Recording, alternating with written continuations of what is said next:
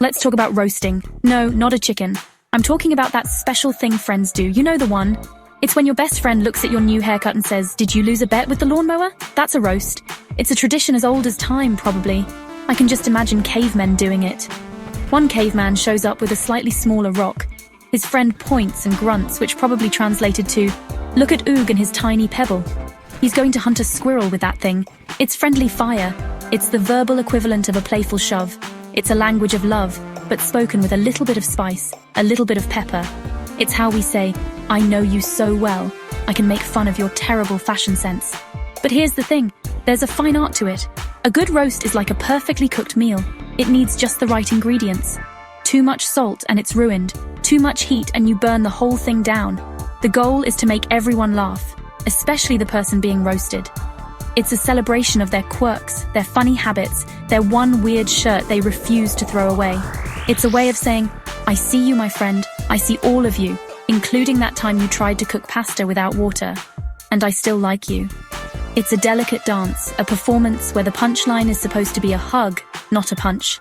Think about it this way. You're with your crew, your people. You've seen each other at your best, and more importantly, at your worst. You remember when your friend tried to impress someone and ended up spilling a full drink on them. A good roast brings that memory back, not to shame them, but to laugh together about how ridiculous it was.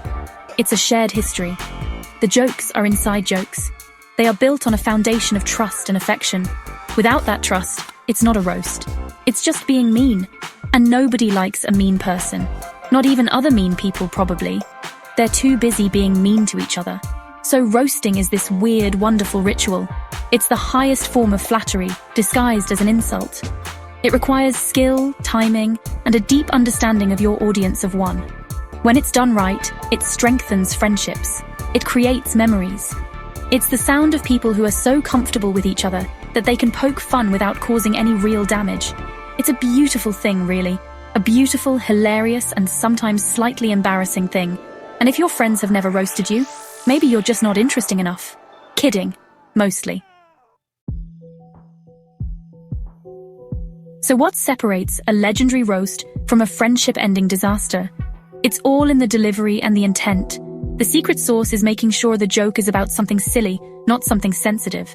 A good roast is like tickling someone. The goal is to make them laugh uncontrollably. A bad roast is like poking a bruise. The goal, it seems, is just to cause pain.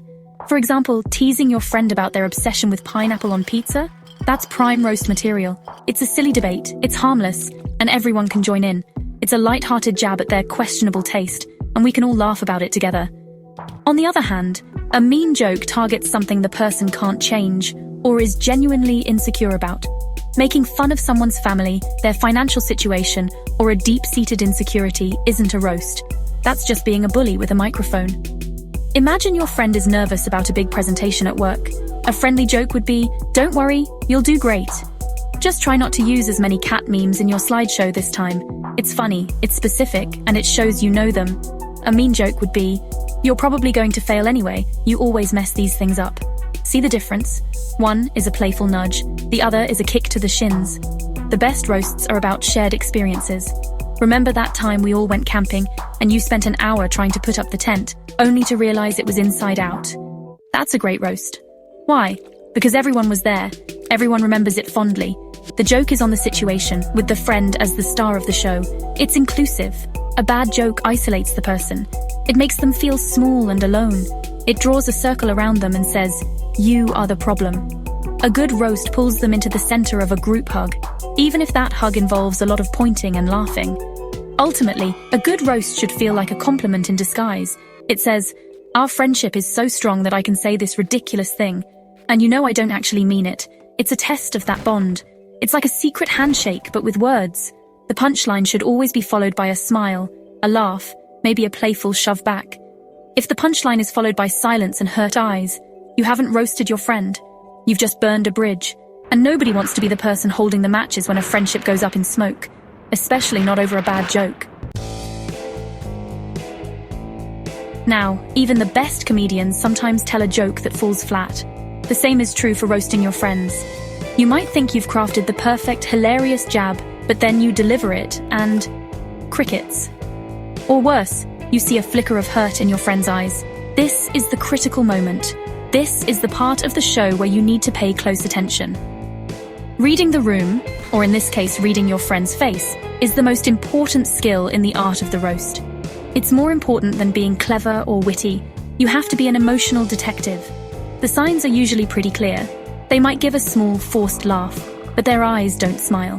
They might look away or get quiet. Maybe they cross their arms, or their whole body language just screams, ouch. When you see that, you have to stop. Do not double down. This is not the time to say, what? Can't you take a joke? That's like pouring salt in the wound. The joke didn't land. It happens. The mature thing to do is to change the subject, or even better, turn the joke on yourself. Wow, that was a terrible joke. My bad. Clearly I need to work on my material. Think of it like a traffic light. Their big, genuine laugh is a green light. Keep going. The road is clear. A small, tight-lipped smile is a yellow light. Proceed with caution. Maybe slow down and check if you're heading into a sensitive area.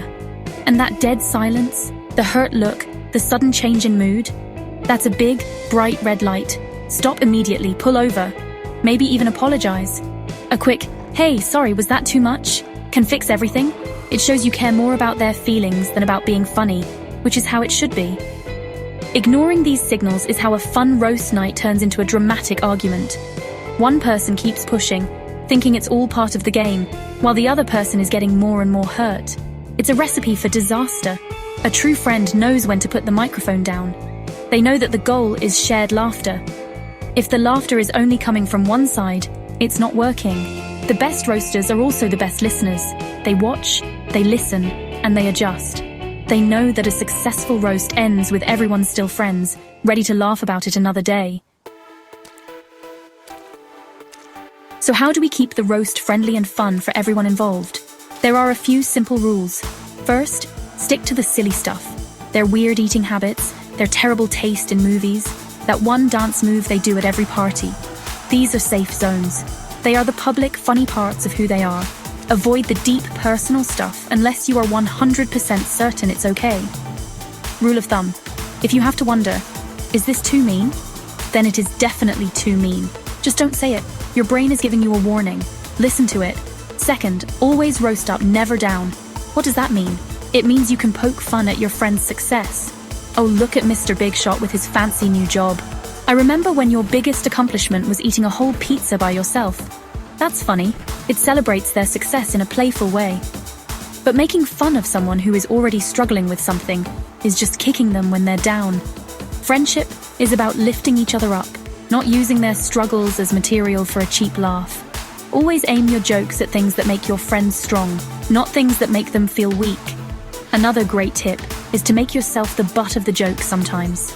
If you can dish it out, you have to be able to take it. Even better, lead by example. Make fun of yourself first. It shows that you don't take yourself too seriously and sets a light, playful tone. It signals that this is all in good fun. When you show you can laugh at your own quirks, it makes it easier for others to laugh at theirs. It creates a safe space where everyone knows the teasing is coming from a place of love and equality, not from a place of superiority. In the end, it all comes down to one simple truth. Good friends know how to make each other smile. The whole point of friendship, the whole point of hanging out, of sharing your lives, is to bring more joy into the world. A roast, at its best, is a concentrated burst of that joy. It's a celebration of knowing someone so well that you can gently tease them, and you both end up laughing harder than ever. The goal is always laughter. If your jokes are making your friends cry, you're doing it wrong. Friendship should be a source of comfort and happiness, a safe harbor, not another reason to feel sad.